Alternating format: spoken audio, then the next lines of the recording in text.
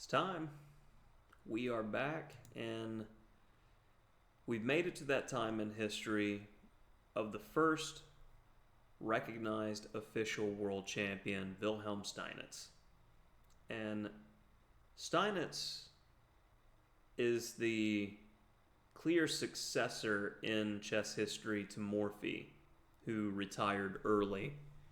And Steinitz was probably the best player in the world for decades before his eventual defeat by Lasker. And he deserves great credit for furthering chess history through theory and developing the accumulation of small advantages. And basically collecting the small advantages, there's legitimate method of victory as opposed to the dazzling attacks that we've seen in the previous games. In many ways, Steinitz virtually invented modern professional chess, and he spread his ideas by writing about them in books, magazines, periodicals, etc. He's probably the most important chess writer before Nimzovich, and Steinitz won many fine games, but probably none is as spectacular as the victory over von Bartleben. And this is from a Hastings tournament in 1895, played the year after Lasker had taken his crown. But the game is a perfect demonstration of the value of open files and active pieces, culminating in a very memorable combination. Again, we're kicking things off with best by test, and much like with Morphy, we have the modern approach. Knight c6. This is definitely seen in top-level games today.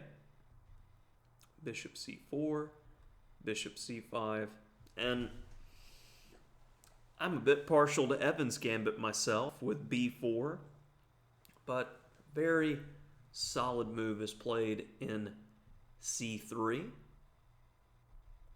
Knight f6 hits the e-pawn, but in typical fashion of king-pawn games, we want accelerated development and attacking, so we slam the center. Check. And right here, if you're going to play black in these positions, it's definitely in the spirit of the position to grab this pawn. And after castles, we get this dynamic position, but overall, it follows modern theory where black, has a teeny amount of pull. But in the time period, they didn't have theory like we have today. And after knight c3, d5 was played. Very reasonable attempt. And after captures, we castle. And we have a few lines to look at here that are notable. That first, if knight takes c3, white's going to get an absolutely monstrous attack. We're going to capture.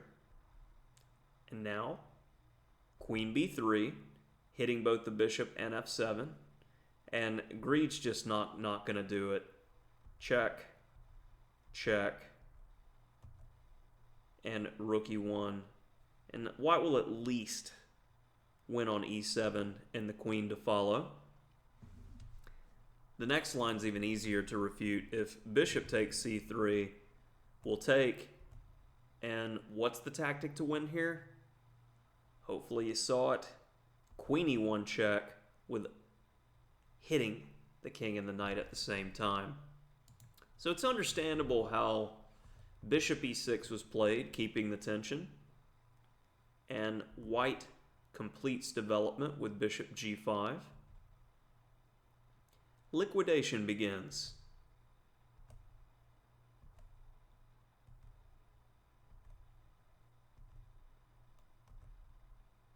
And it becomes very difficult for black to finish development and get his king out of the center.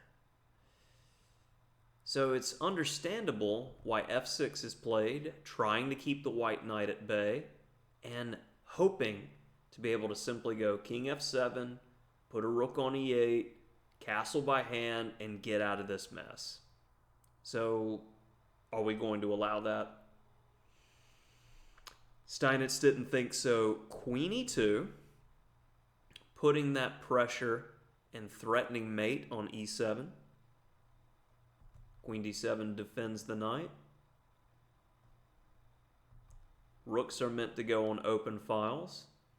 And right now, this is the time that black should try to bail out. King f7 should be played, connecting the rook and unpinning the knight. The advantage would be small, but say queen check and hit the c7 pawn again. Probably the better way for black to go, because after c6, this is d5. A move that is going to be a backbreaker, making defense nigh impossible for black at this point. After takes, knight d4, and notice the piece harmony that white has here. It's getting gross. Say, for instance, if rook c8 takes, and you're going to have mate, so you can't even try to trade off some of the attackers here. Black goes king f7, but too little too late. Knight e6. Getting the knight in there, the bone in the throat piece. And if black attempts knight c6, we have knight c5, exclam. Black can't stop knight takes b7 and queen e6 check at the same time. Rook hc8 was played in the game. Let's keep it going. Queen g4 hitting g7. If rook takes c1, check and mate. So g6 is played. And I love this next one. Knight g5, the discovery on the queen on d7. If f takes g5, we take the queen. Got to take the free stuff. So king e8 makes sense. And now this is where it gets the dirtiest. If you're the pause the video type, this is where you do it and try to figure out some key moves here, because it's about to get dirty. Rook takes e7. What a wonderful move. Now we've got a few lines to cover.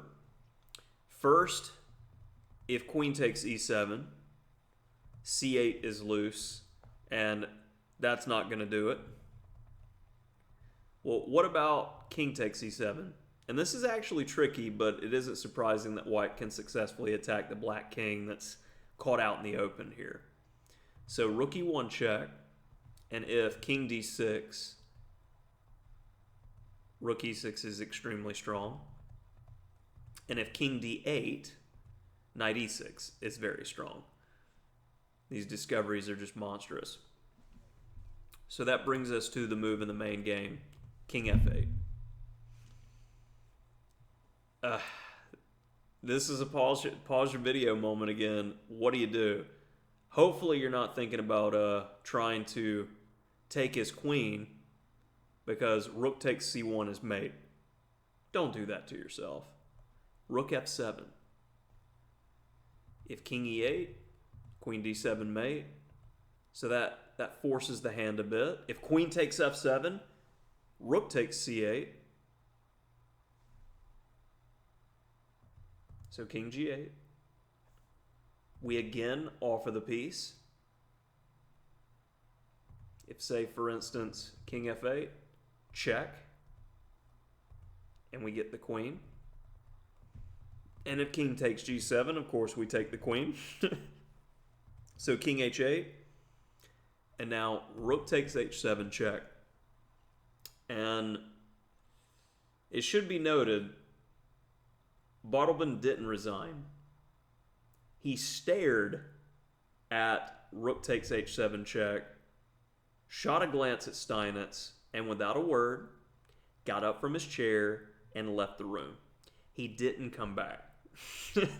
The tournament directors searched and found Bartleby pacing angrily No, he wouldn't return to the board so that outrageous Austrian could mate him. So Steinitz had to wait for Bartleman's time to run out before he could claim the win. Not only claim it, he demonstrated the final 10-move mate, and the crowd cheered. Ooh, so many flavors to choose from, Bartleman, and you are so salty. It's time. It's over. King G8, Rook G7, walking him back, Queen H4 check with the Rook sacrifice. Gotta love this.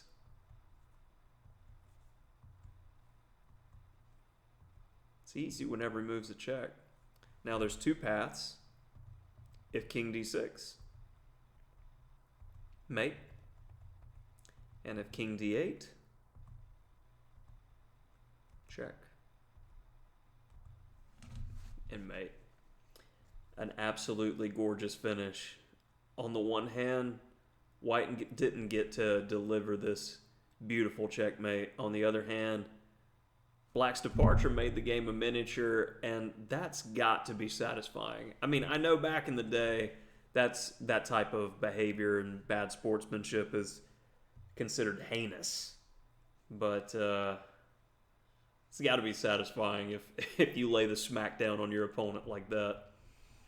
Beautiful game by the first world champion.